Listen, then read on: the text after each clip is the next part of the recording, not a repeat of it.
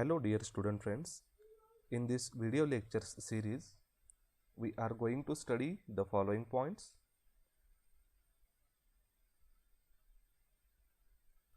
Introduction to C programming language.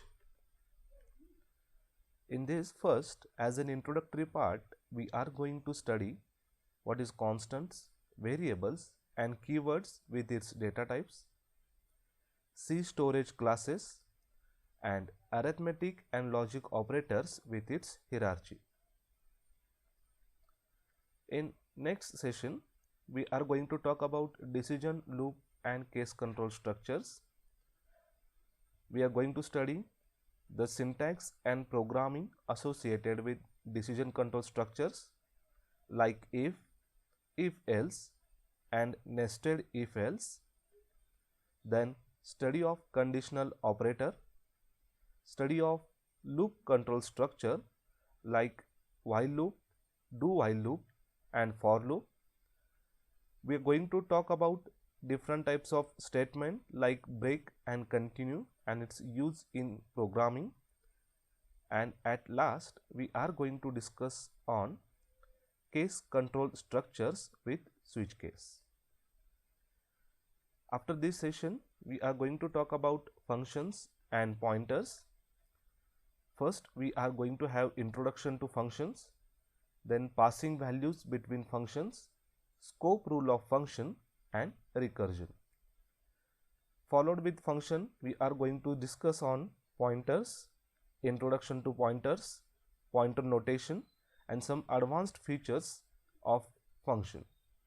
Then we are going to discuss on return type, that is call by value and call by reference. The next point that we are going to discuss is array and structures. So first we are going to have discussion on array, introduction, its declaration and initialization of array, types of arrays like one-dimensional array, multi-dimensional array, then structures, array of structures, passing structures to functions, and at last structure pointers.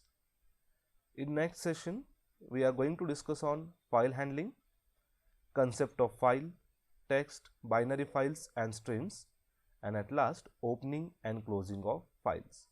So these are the points in brief we are going to discuss during our video lecture series, and for programming purpose we are going to make use of CodeBlocks IDE. So let's start.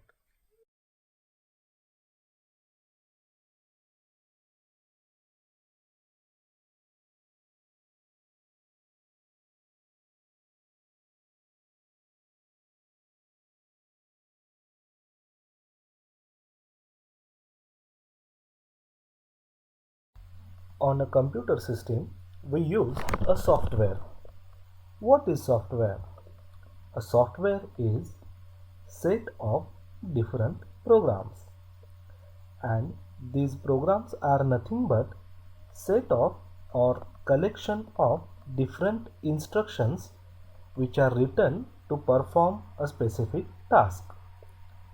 So when we talk about an instructions, these instructions are written using different programming languages and given to system to perform a desired task. So the programming languages are basically of two types. The first is high level language and second is low level language. High level language consists of alphabets, numbers or an alphanumeric data which is combination of simple alphabets and numbers. A programmer understands only high level language. The low level language is also known as a machine level language, which is combination of only zeros and ones, and machine understands only low level language. So in computer programming scenario, A programmer who develops a software using high-level language understands only alphabets, alphanumeric data or numbers, whereas computer which works on given instructions understand only low-level language. Consider a scenario. In a company, different employees are there. So we are going to consider employee A and employee B.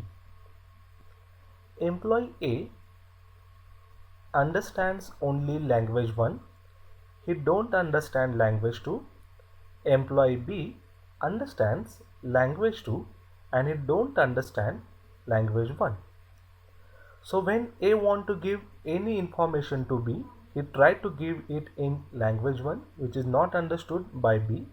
However, whenever B is going to give any information, he try to give it in language 2 which is not understood by employee A, and hence it is not a proper or faithful communication between A and B.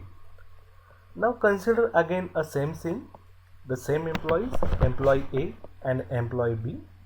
However, now a third employee, that is employee C, comes into a picture, who is comfortable with both, that is understand both language 1 and language 2. So now A and B are going to communicate through C in such a way that A gives information in language 1 which is converted into language 2 by C, which is easily understood by B, and similarly B gives an information in language 2 which is converted into language 1 by C and it is easily understood by A. So this leads to a faithful and proper communication. Now again consider the previous scenario. A programmer is going to write a program into high level language which is not easily understood by machines, whereas the machine is going to work on low level language which is not easily understood by programmer. So in this case, the programmer is like person A and computer is like person B. And now in order to have a faithful communication between A and B, it is necessary to convert high level language into low level and low level language back into high level, and this task is done by person C. Now in programming scenario, the person C is nothing but simple either compiler or interpreter.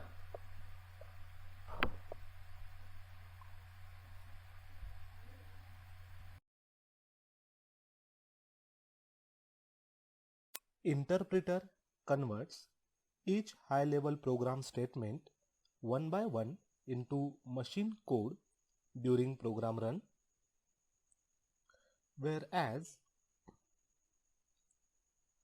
compiler transforms code written in a high-level programming language into the machine code at once before program runs. If we compare, then the compiled code runs faster while interpreted code runs slower. Whatever discussion that we had till now, from that one thing is clear: the programmer is going to write a program, that means a code, and this code is generally in the form of high level language and it is not understood by a machine. So what is there? In order to understand by machine, we have to convert this high level language code into low level language, which is nothing but machine level language, and this task is basically done with the help of compiler or interpreter. So simple.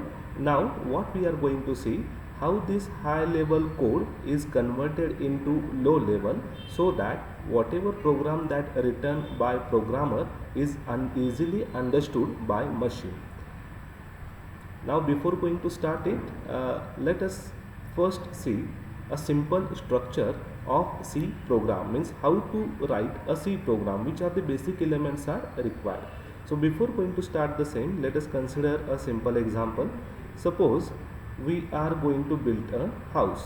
So when we are going to build this house, we are going to follow some step, means the step by step we are going to build the house. First we are going to lay a foundation. After this foundation we are going to rather construct pillars. After these pillars we are going to build a wall, and once the walls are completed, on its top we are going to put a slab. So this is basically a generalized process that followed to build a house. Means step by step we are performing this task. These are the major components that should be present or that should be followed when we are going to construct a house here. So in similar way, when we are going to write any code using C programming language, we are going to follow a certain structure. So let us see the structure of C program. Okay. So when we talk about the structure of C program, these are the basic elements that should be required as per the code that we are going to write. First we have to include the comment. So the comment basically indicates the meaning of your program as well as the meaning of one specific instruction. Then some required preprocessor directives. Then as per requirement we are going to declare some global variable. Then we have to write one function and the name of that function should be main, and inside this main function as per our requirement we are going to declare a local variables. Okay. So here this is a simple program that is mentioned for the example purpose. So this whatever the statements that return inside these two symbols, that is slash and this asterisk mark, this is called as a comment. So this represent comment, then hash include represent the preprocessor directive, which is the most important and essential. Then the x is one variable, this variable is called as a global variable, and then we have declared one function and that function is a main function, and inside this main function I am declaring one more variable and this variable is variable y, and as it is mentioned inside this main function between these two brackets it is called as a local variable. Okay. So now let us see how exactly the compilation and execution of C program is done. So first of all, as said, we are going to write a program and that program is basically called as a source code. So this source code, when we are going to compile it, is first given as an input to preprocessor. So what the preprocessor is going to do? The preprocessor is going to expand the code and it is going to give that expanded code as an input to compiler unit.